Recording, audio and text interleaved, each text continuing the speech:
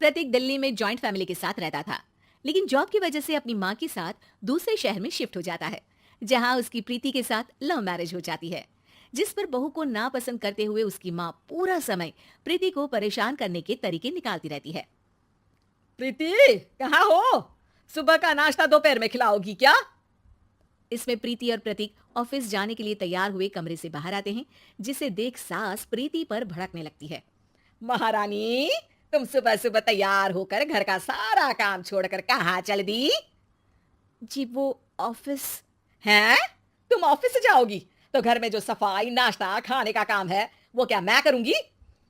माँ, मैंने उससे वादा किया था कि वो जॉब कंटिन्यू कर सकती है। अरे वाह जी वाह, दोनों आपस में सलाह कर फैसले ले लिए। मैं क्या यहाँ बेवकूफ बैठी हूँ? मुझसे पूछना किसी ने जरूरी नहीं समझा? मम्मी आप फिक्र ना करें, मैं आज ही रेजिग्नेशन दे दूंगी। प्रीति ऑफिस के लिए चली जाती है और अगले दिन से जॉब छोड़ घर के कामों में लग जाती है, लेकिन साथ ही उदास भी रहने लगती है, जिसे देख प्रतीक को अच्छा नहीं लगता। मुझे पता है तुम्हें अपनी जॉब कितनी पसंद थी। आई एम सॉरी प्रीति। अरे कुछ नहीं होता, बस मम्मी खुश रहनी चाहिए। अब प्रीति अपनी सास को खुश करने और उनका दिल जीतने की जी तोड़ कोशिश करती रहती है, पर सास कभी उससे सीधे मुंह बात तक नहीं करती। इसी तरह दिन बीतने लगते हैं। एक शाम प्रतीक ऑफिस से परेशान घर वापस आता है। माँ, चाची का फोन आया था, दादी की तबीयत बहुत खराब है, हमें दिल्ली जाना होगा। पति की बात सुन प्रीति तो पैकिंग शुरू भी कर देती है, पर माँ वहीं बूत बनी खड़ी रह जाती है। लगता है मम्मी अपनी सास से बहुत प्यार करती हैं, तभी उनके बीमार होने की खबर सुन शौक में आ गई। ये प्यार नहीं, परेशानी है। तुम तो ऐसे सोचो कि अब से जब तक दिल्ली में हो तुम्हारे अच्छे दिन शुरू। अच्छा, ऐसा क्या है दिल्ली में? वो तुम्हें कुछ ही घंटों में पता चल जाएगा।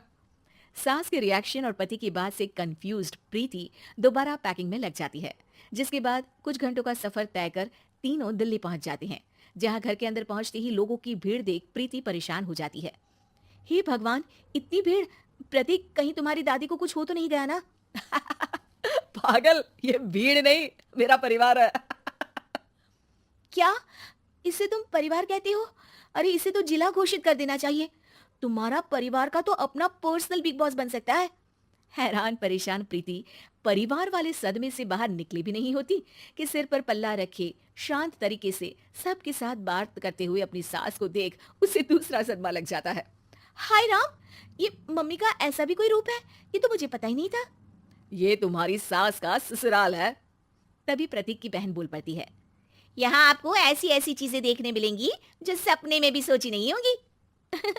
हाँ, ये कुछ दिन तो बहुत इंटरेस्टिंग लग रहा है। सब एक साथ दादी के कमरे में जाते हैं, जहाँ पहुंचते ही उसे दादी की आवाज सुनाई देती है।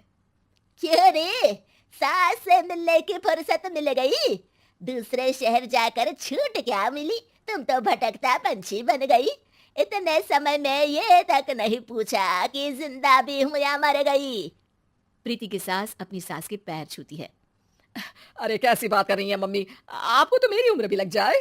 अरे बस कर, ये झूठी उम्र देने वाली बातों का दिखावा ना कर।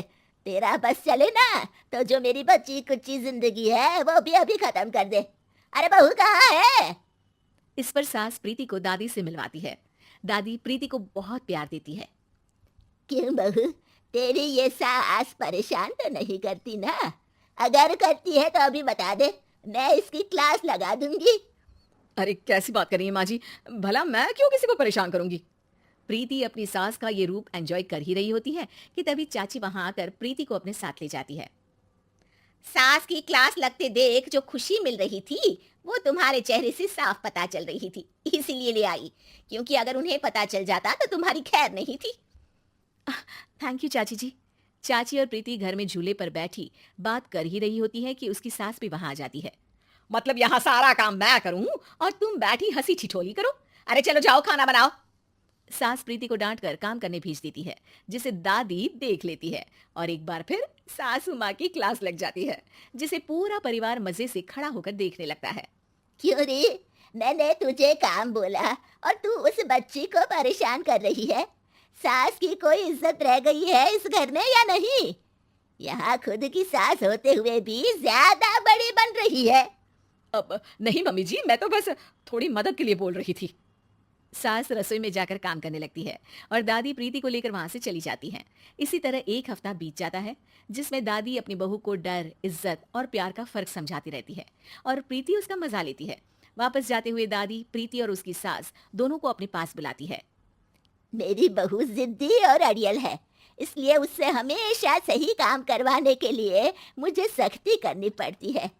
लेकिन तुम्हारी बहू अच्छी है, तेरी खुशी के लिए वो अपनी जॉब और सपने भी छोड़कर घर में बैठी है। अपनी बहू के साथ प्यार से रहो।